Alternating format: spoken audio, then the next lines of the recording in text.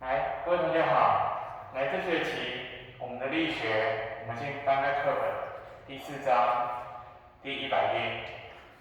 第4章我们要讲的是摩擦。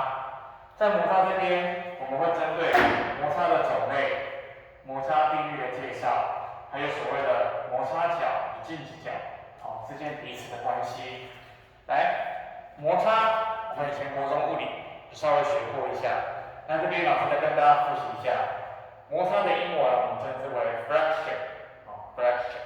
那这边呢，课程里面我们会提到2个专有名词，一个叫做静摩擦力，静摩擦力，我们的英文称之为 static，动摩擦力称之为 kinetic。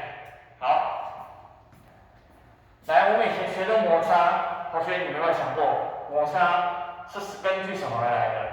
其实摩擦我们是根据实验而来的。那这位实验者呢，我们称之这个人发明家，他叫库伦，所以呢也称之为库伦定律。好，那库伦定律呢，我们讲的是一种平面的摩擦。那摩擦的方式有很多种。有梯子上人跟梯子之间的摩擦，还有就是物体人推动物体之间的摩擦。那推动物体呢，它有可能会倾倒，对不对？但是我们一开始，我们先来了解的是平面摩擦。所以呢，老师这边有个范例。这个平面上有一个物体。这个 P 我们称之为，你可以称之为它是推力 push， 也可以称之为 force， 给它的力。在这边有个力呢，往前的时候，我们对这个物体去做 FBD， 也就是画自由体图 ，Free Body Diagram。好，所以来重量，假设这个物体的重量是100牛顿，那重量英文 weight。所以重量画自由体图的时候，上学期老师说过了，自由体图的重量会朝哪里？朝下。好，接着物体朝下的时候，必定会有反作用力。反作用力哦。这个反作用力呢，也可以称之为接触力。当物体开始运动的时候，跟平面之间所接触的地方会产生一个接触力。这个接触力呢，一定跟我的正力会产生一个反作用力。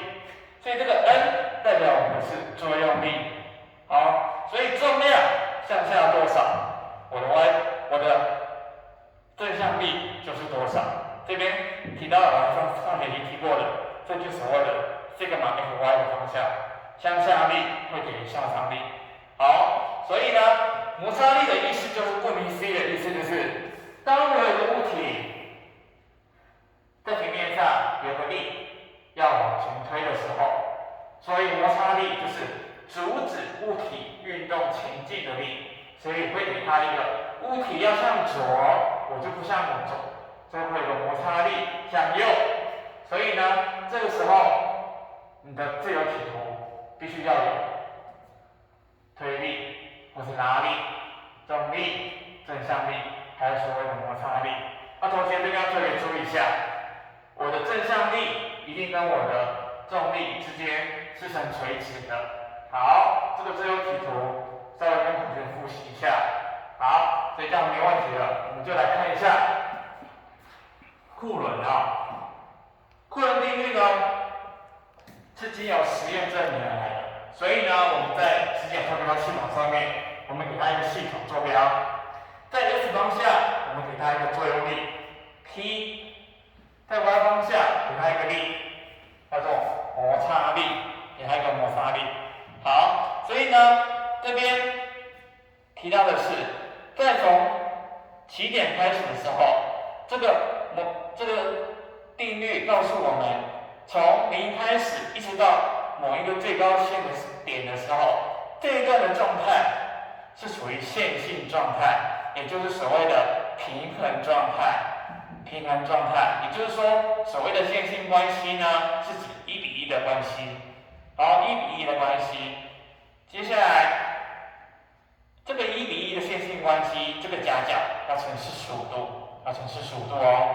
好，那这一段的关系呢，我们称之为它还没有在运动之前，快要运动的时候，等到第一个区域，就是所谓的最大静摩擦力。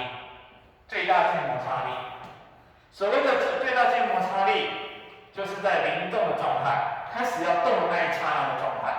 所以我们给它一个定义叫做 Fs 等于 Sn。这个最大静摩擦力用 S 来表示，这个 S 就是 static， 好，最大静摩擦力。接下来要探讨的是第三个部分，当最大静摩擦力发生那一刹那，开始要走向了动摩擦力。好，因为当最大静摩擦力开始发生之后，物体即将运动了，所以呢就会有动摩擦力。好，动摩擦力的这边的告诉我们的公式是 F 等于 μn， 用 K 来表示，这 K 也就是说所谓的 kinetic。那这个动摩擦系数这个范围的时候，就是说这个物体已经开始运动了。好，开始运动。那这边老师借由证明来告诉大家，这公式这个图为何而来。好，所以同学我们看一下这里，有实验证明我的静摩擦力一定会大于动摩擦力。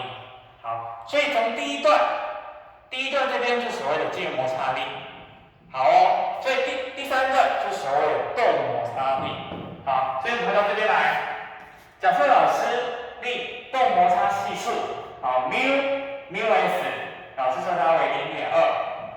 好，μk， 好，动摩擦系数，老师设它为 0.15。来，接下来我们靠 F 等于 μ1 的公式把它代入，来 ，Fs 静摩擦系数 0.2， 加上我的正向力100牛顿，乘出来的时候是变成20牛顿。来，再来我的动摩擦系数一样，把我的动摩擦系数带到 Fk 等于 μk 乘以 n， 所以 0.15 乘以100会变成15牛顿。这边你就发现了 ，Fk 是所谓的动摩擦系数，这证明了什么事情？的确，运动中的摩擦力反而会变小。来，同学看这边。Fs 是我所谓的静摩擦系数，它到达最高某一个点的时候，开始往下的时候，的确，我们看到，在我运动中的动摩擦系数确实会小于我的，确实会变小。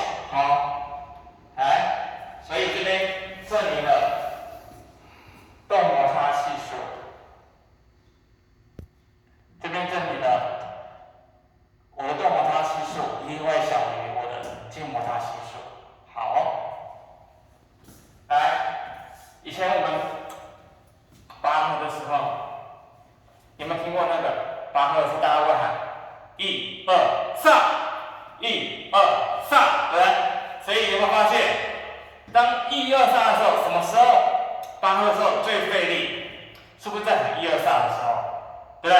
当喊到1、2、上的时候，拔河那一刹那，把对方拔过来的时候，在1、2、上的过程呢，就是所谓的平衡状态，因为不会有任何的移动。等到开始，这就好了，好，开始行动了，代表我运动了，我突破这个点了，所以这个地方的时候就称之为动摩擦系数，好，动摩擦力哦。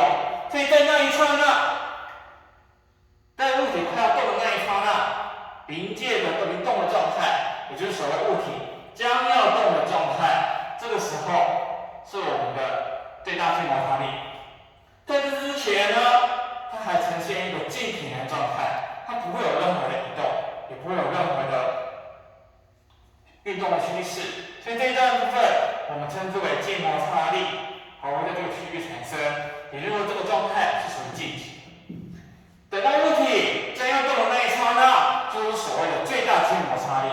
好，在突破静摩擦力了之后，物体开始慢慢移动，开始运动了。所以这个地方动摩擦系数、动摩擦力所讲的就是物体呈现运动状态。所以这个时候呢，在动摩擦系数这个部分，这个区间不平衡线的意思，就代表说这物体已经开始运动了。好，谢谢各位同学。